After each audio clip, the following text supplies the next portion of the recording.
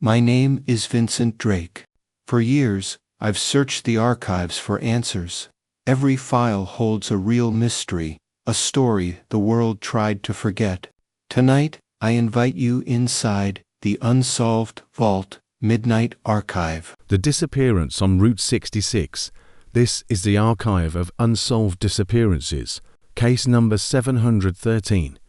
The mysterious disappearance of the Clark family on Route 66, Arizona, in the summer of 1997. Sometimes, the scariest stories aren't made up, they're found in police files, witness statements, and evidence that doesn't quite add up. The Clark family's case is exactly that, unsettling, inexplicable, and still, after all these years, completely unresolved. Route 66, America's Main Street, as some call it. For generations, it's been a symbol of freedom, adventure, and the unknown.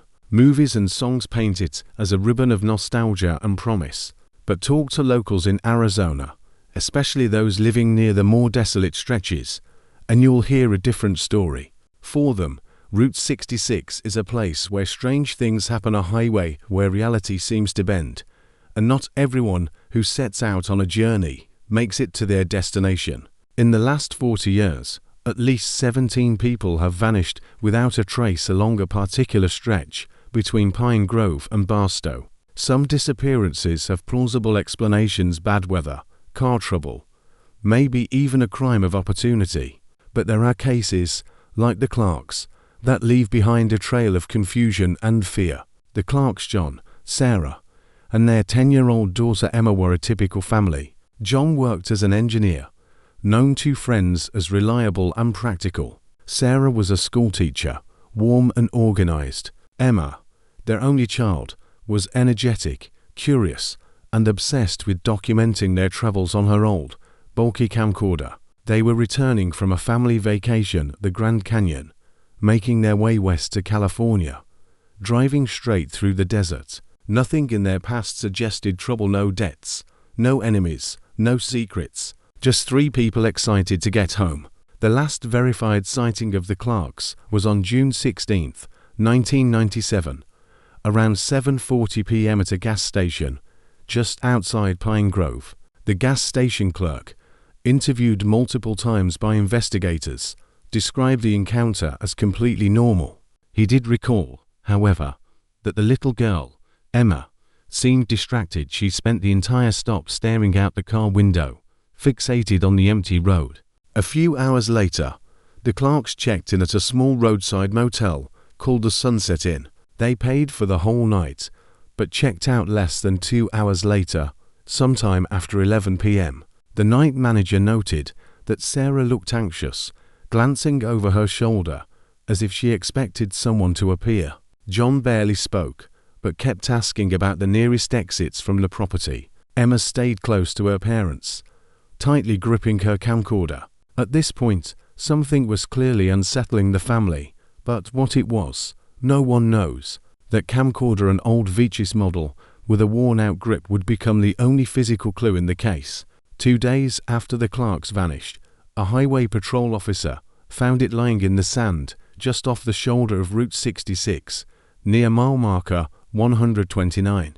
The battery was dead, but inside was a tape with a single, short recording to minutes and 37 seconds, full of static and distortion. I've watched that tape more times than I care to admit. The recording begins like any other family road trip video. The dashboard lights flicker. Music plays quietly on the radio. Emma's laughter drifts over the hum of the engine. John jokes about being the world's slowest driver, and Sarah tells him to keep his eyes on the road. There's a moment when Emma zooms in on a distant cluster of stars, remarking, "One of them is following us." At first, it's all normal until you notice something strange. In the reflection on the windshield, there appears to be a faint outline, a shadowy figure standing at the edge of the highway. The family doesn't seem to notice at first. Then, Sarah's voice, barely above a whisper. "Did you see that? Someone's on the roadside." John brushes it off, but Emma's tone shifts. "Hay's looking at us, Mom." Static creeps in. The headlights illuminate a shape at the roadside, a figure, motionless, facing the car. As the Clarks drive past, the figure doesn't turn, doesn't move. Suddenly, a metallic scraping sound interrupts the laughter. The camera shakes, falls against the car seat, and picks up muffled voices, panicked, frightened, cut off by another surge of static. The last thing audible before the tape goes silent is a whisper, Emma's voice, trembling. "Hayes here, that's all." No context, no explanation. No one has seen or heard from the Clark family since that night. Police worked tirelessly to piece together the final hours before the Clarks disappeared. They interviewed motel staff, gas station clerks, and drivers who might have crossed paths with the family. Nothing concrete. A truck driver recalled seeing a white sedan swerving wildly on Route 66 around midnight, its headlights bouncing, if the driver was trying to avoid something on the road. He said, "I flashed my high beams, but the car didn't slow down. It was like no one saw me or cared." No skid marks, no debris, no broken guardrails, just empty highway and the silence of the desert. One detail from the investigation stood out. On the night of June 16th, several motorists called 911, reporting a strange figure walking along the shoulder of Route 66, near where the Clarks were last seen. The descriptions were nearly identical: a tall person, dressed in black, face hidden, standing completely still, staring at oncoming cars. Patrols were dispatched, but by the time they arrived, the figure was gone. No footprints, no trace, nothing. The day after the disappearance, motel staff discovered that the Clarks' room hadn't been used. The beds were untouched, and the only sign anyone had been there was a half-empty bottle of water and a child's drawing left on the nightstand, crude, but clearly showing a car, a starry sky, and a tall, dark figure at the side of the road. A week later, the archive received an anonymous letter postmarked from Albuquerque. The handwriting was shaky, hurried. "If you want to know what happened to the Clark family, go to mile 128. Listen for the screams after midnight. Don't stop. Don't look back." He waits for those who travel alone. The case took another strange turn when, during the review of old police logs, it was discovered that similar disappearances had occurred along that same stretch for decades. In the 1970s, a group of college students vanished under similar circumstances, their car found abandoned, headlights still on, but no trace of the passengers. Locals have their own name for the phenomenon: the shadow of Route 66.